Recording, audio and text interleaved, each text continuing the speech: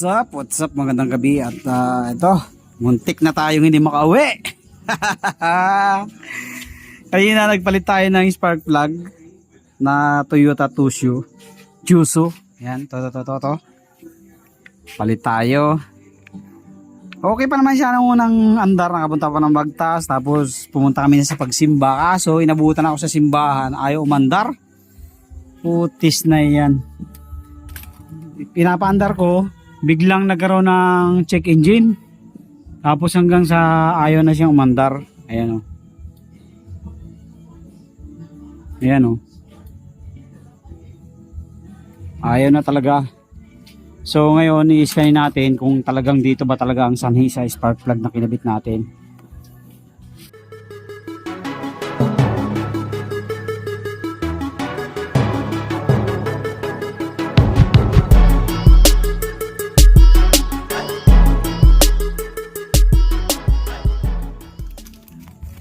Tingnan natin kung talagang diyan ba ang naging problema. Mabuti na lang mayroon na tayong scanner mga kaduit na nagagamit ka once na nagkakaroon ng problema.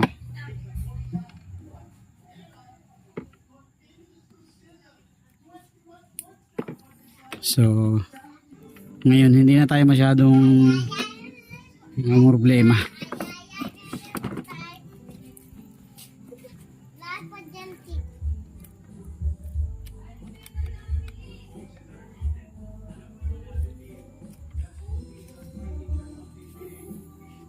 Diagnose tayo.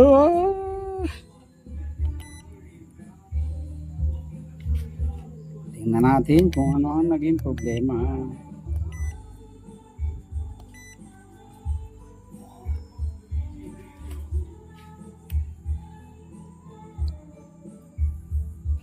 So, buksan na natin susi para dire-diretso na tayo. Punta lang tayo sa NMAX kasi NMAX B2 yung motor natin. NMAX, ayan.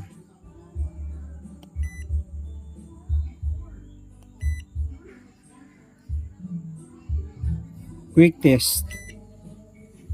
So naka-on na yung susi natin, okay lang natin.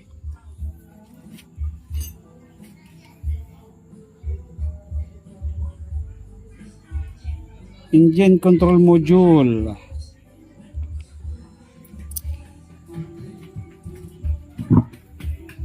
Fault. Ngayon lang ito nagkaroon ng check engine mga kaduit simula nung binili natin tong motor na to. For almost magpo 4 years na. So ngayon lang nagkaroon ng check engine. 50%. So tayo natin. Ayan, scanning. So ginawa ko yung salamin ko para mas makita natin kasi medyo kailangan na natin ng salamin. 91%.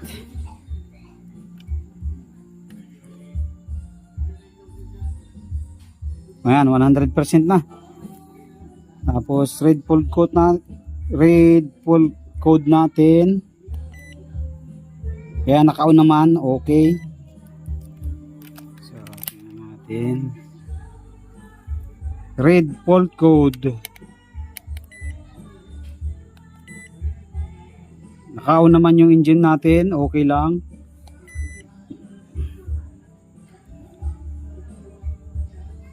Code 0335. Oh no! Crankshaft position sensor.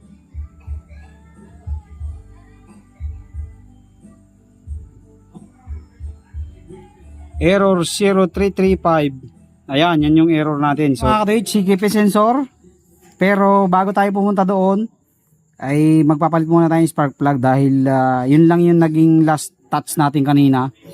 So bago tayo mag-proceed doon sa CKP. So maaring nagmamalfunction din yung ating pinalit na spark plug.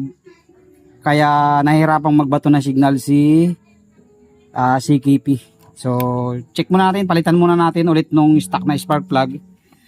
So Ito yung spark plug natin na tinanggal. Okay naman to, walang problema. Kaya lang nalalakasan kasi ako sa gas. Kaya pinalitan ko. So, ibabalik lang natin to muna. Tapos titestingin natin. So, ito yung pinalit natin mga kaluit na spark plug.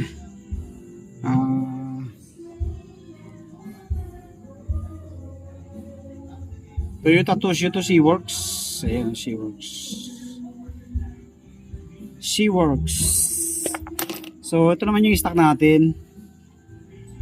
So, inano ko lang, regap ko lang para subukan natin. Pagka hindi ito nagkari, baklas talaga tayo. CKP sensor ang lumabas eh. So, pero ito lang yung last touch natin kanina. Nagpalit lang tayo. Actually, wala namang problema yung motor. Nagpalit lang talaga ako ng spark plug. Putis na yan. Okay, so ikabit muna natin. So, ito na mga katuit. Balik na natin. Dinukot lang natin kasi gabi na eh. Magbabaklas pa ng players. Hirap ang magbaklas. So, ito na yung Seaworks natin. So, hindi ko pa tinatanggal yung ating tools. Diagnostic tool natin. So, yan o. Meron pa rin siya. Pero kanina talaga ayaw na o. Ngayon testing.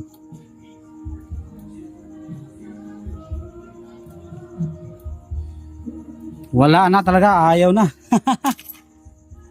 CKP nga yata talaga ang tinamaan.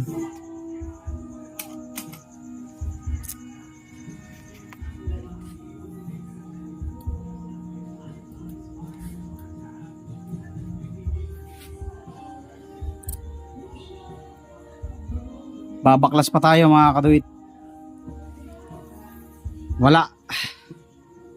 Talaga lang inabutan na siguro. Kaya nagkaganon.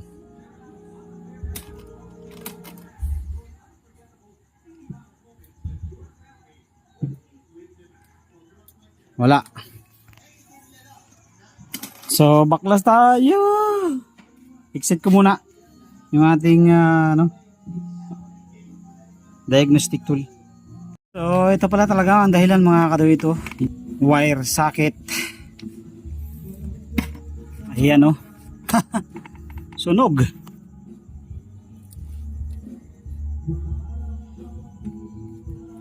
So inabutan na lang talaga siguro mga katuwit. Ayan o. Sunog yung wire natin o. Ayan o. Sunog o. Ayan o. Ba, malupit ang sunog nito.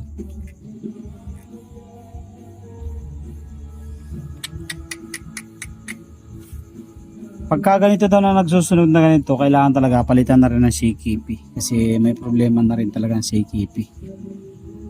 Bago siya ihinang.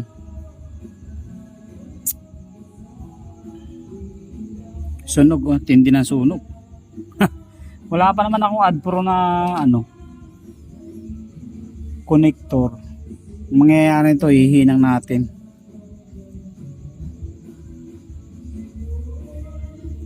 Okay, so wala, no choice tayo kundi maghinang. Mga kadito, baklas natin. Ayan, sunog po, grabe. Yan o. Wow, lastik na yan.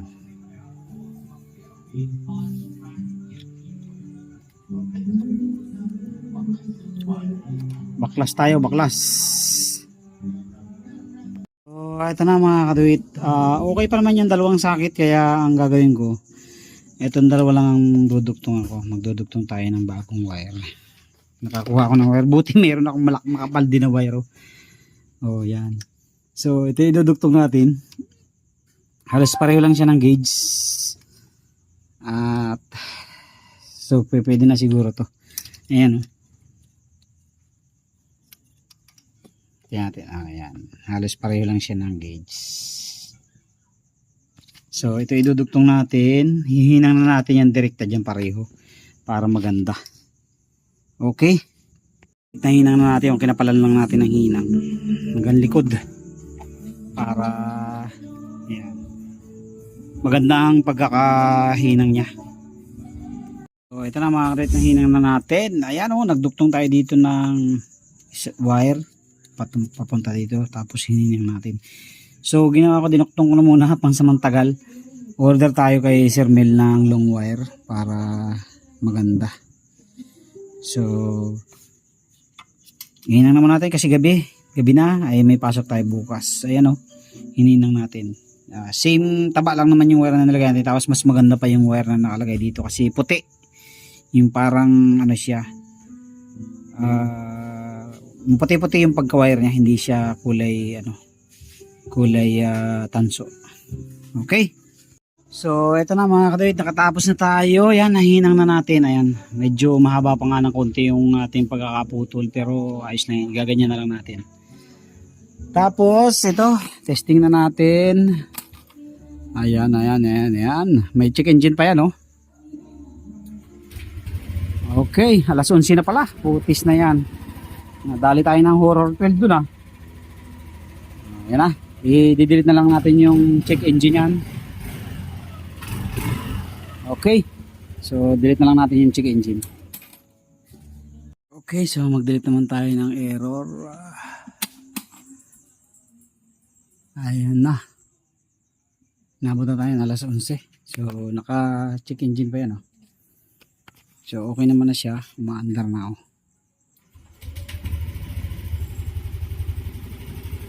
So delete natin yung check engine dahil okay na siya. So itong kagandahan na may sarili tayong diagnostic tool, eh. Wala tayong problema sa mga ganyan diagnose. So iuna natin diretso, pwede naman na yan. Diagnose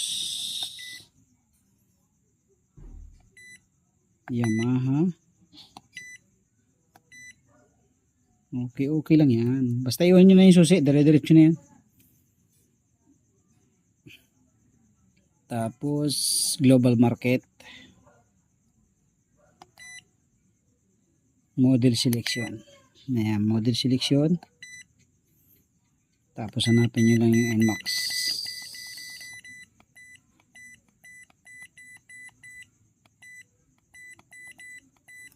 NMAX. Ayan. Tapos quick test. Okay, naka-on naman yung engine natin, kaya okay nyo lang ulit. Ayan. So sana hindi makaproblema yung ating CKP sensor. Pero uwi tayo Quezon kasi, magbabaon na lang tayo kung sakali man. Talagang nagiging sakit ng NMAX yung mga ganyan, Aerox NMAX. So ito, inabutan na lang tayo. Sa almost 4 years naman ay ngayon lang siya nagkaroon ng ganyan. Kaya okay na rin. May mga ganyan talagang nagiging problema. So ang gagawin ko, order ako ng long wire kay Sir Mel. Tapos i-stack ko muna.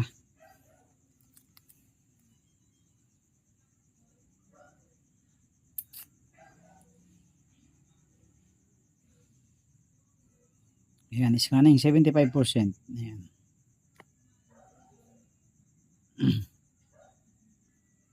So kailangan mag 100 muna bago natin ano yun.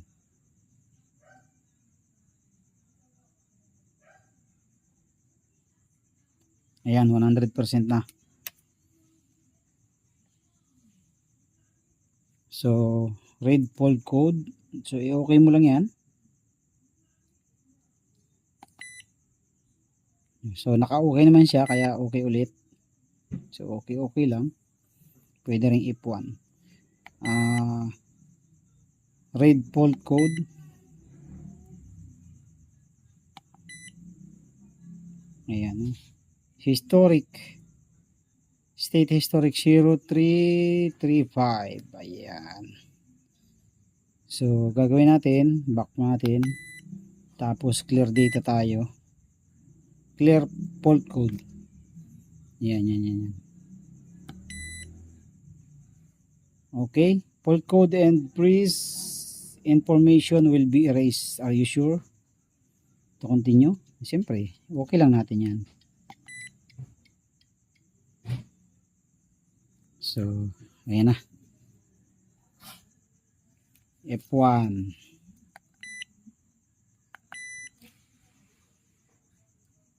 back. So yun na, wala na siyang error. Yun.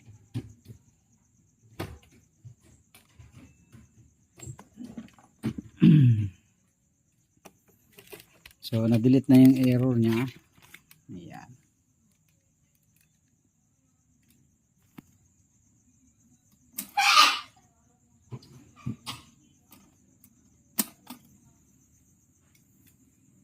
Ayan. So okay na. At ating i-exit na itong ating diagnostic tool. Are you sure? You want to exit? F1, yes. Tapos exit, exit.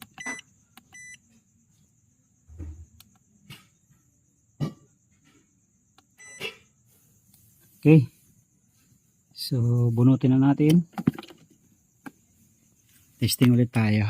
Andar.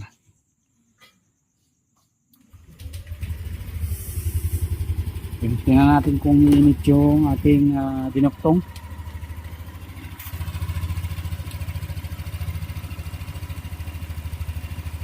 Hindi naman siya umiinit.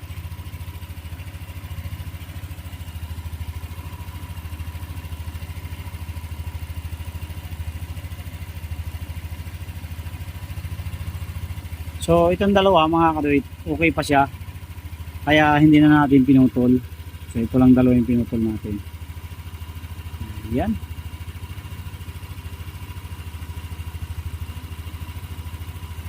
So wala naman siyang, hindi naman siya umiinit. Kaya walang problema. Okay. So 11 na. May mga kapitbahay tayong tulog. At least nasolusyonan natin yung problema. Hindi tayo nagpalit muna ng CKP kasi tinesting muna natin yung diniagnose muna natin ng ayos at yun lang pala yung sira. Okay? Yun lang. Thank you very much po. God bless po sa inyo lahat. Magandang gabi.